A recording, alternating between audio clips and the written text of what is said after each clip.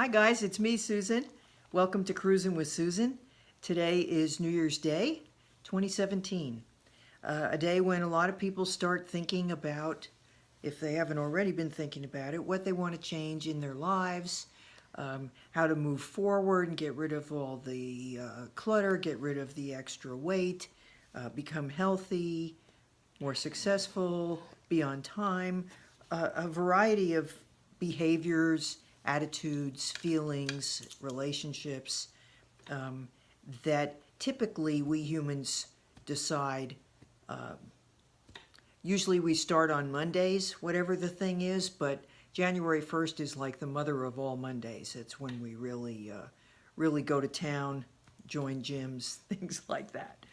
So, and it's almost a joke about, how long did you keep your New Year's resolutions? Ha ha, I didn't make it through, the first week in January. We come to almost assume that.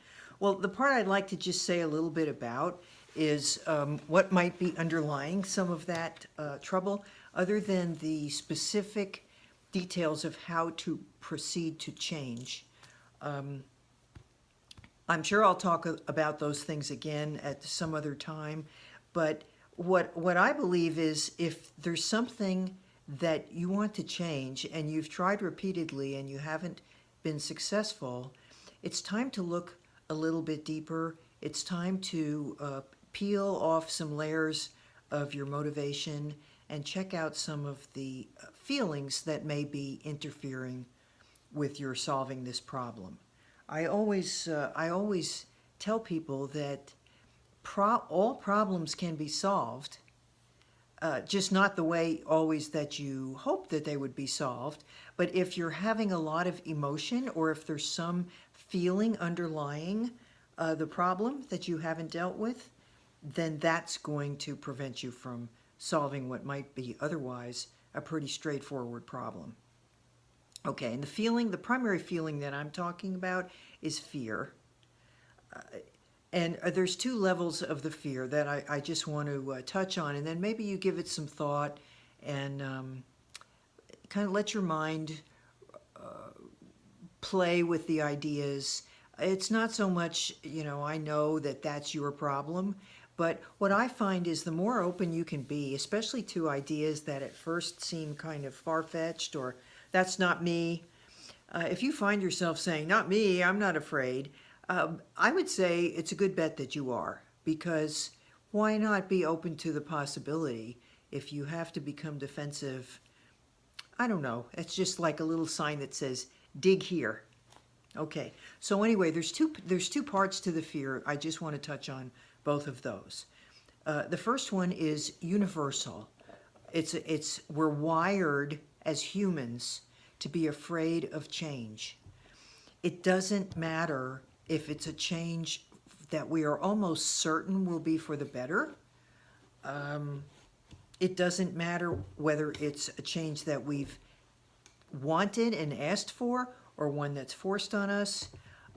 It could be an insignificant change, a change as minor as what way you drive to get to work, changing any kind of habit or routine. And the reason we have that, it's called a negativity bias in humans. It's a survival strategy. It's an instinct. It doesn't depend on you remembering to think about it.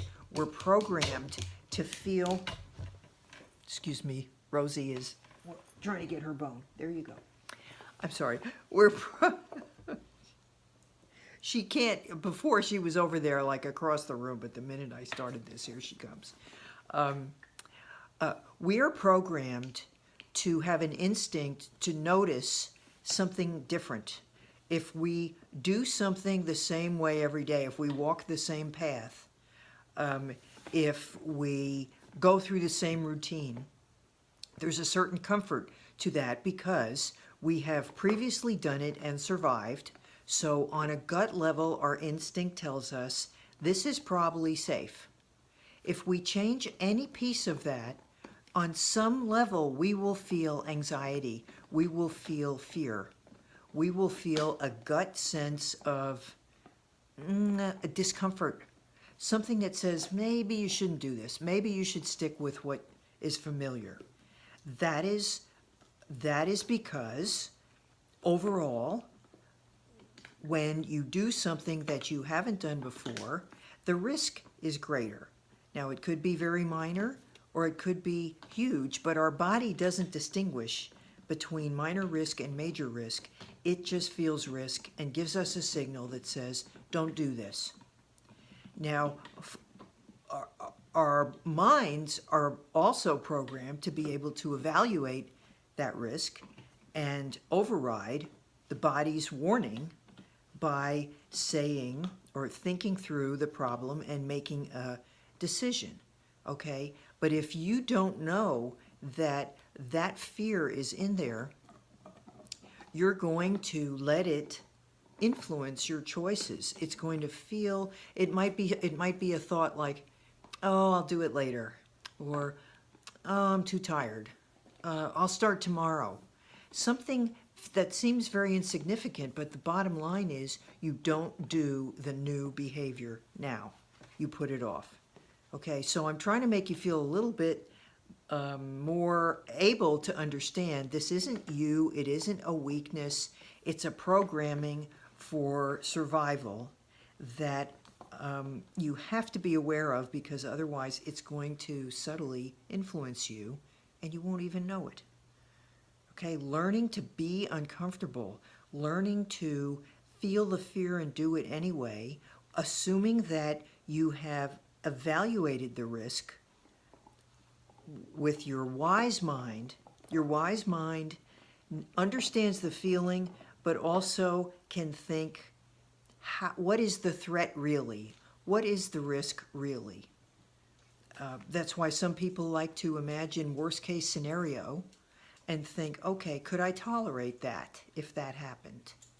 You know, worst case scenario, people laugh at me when I go to work dressed in a very different type of clothing than they're used to seeing me in. Okay, am I going to die from that? People will laugh at me. I might feel embarrassed.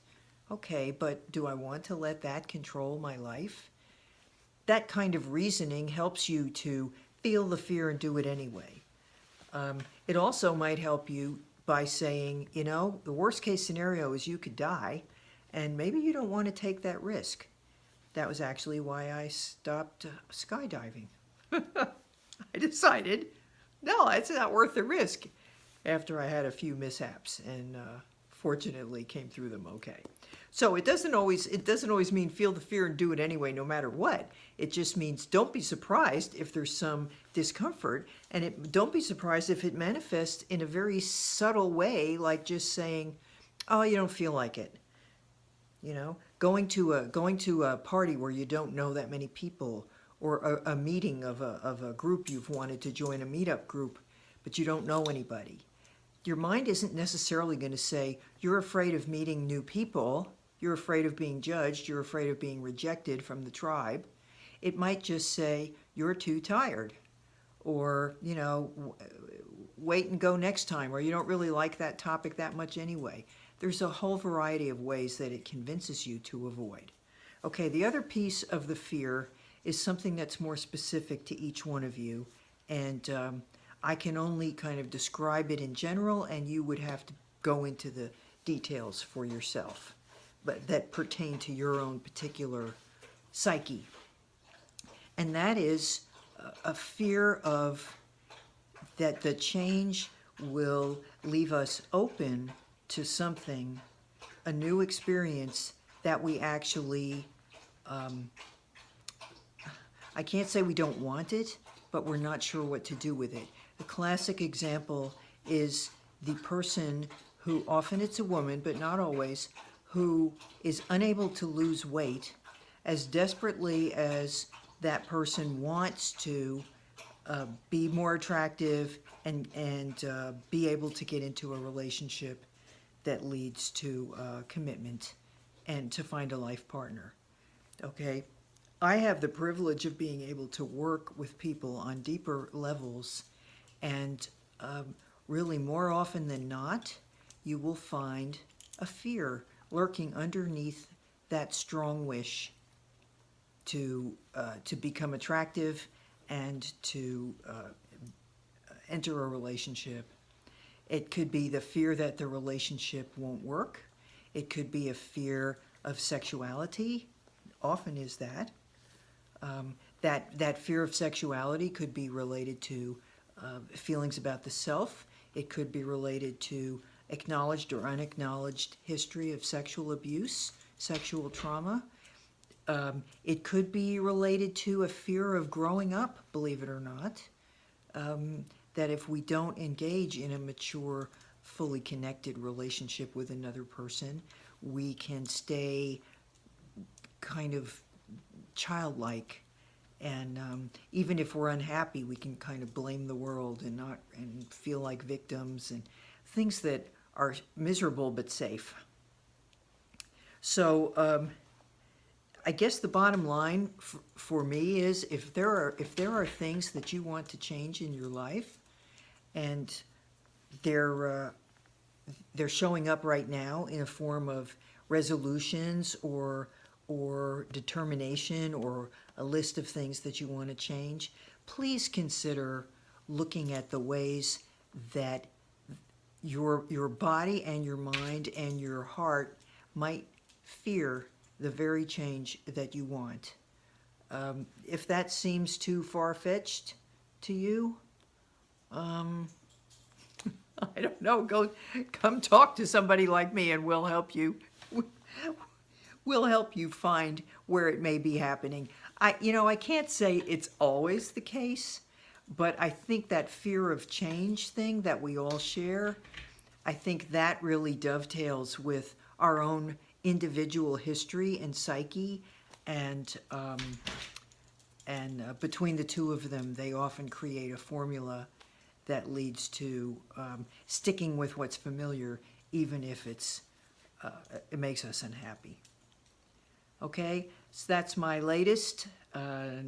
I will be back with more ideas on life and how to navigate it. As they told me when I was about to go down in Class 5 rapids in Canada, if I fell out of the raft, I should point my feet downstream and lay back. And that's basically my advice to all of us. Here's Rosie.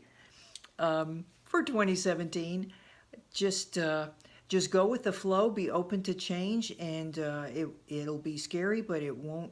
You'll have a few scratches, but you're not going to drown. Okay?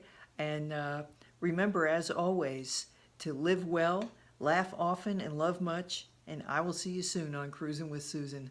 Okay, bye now.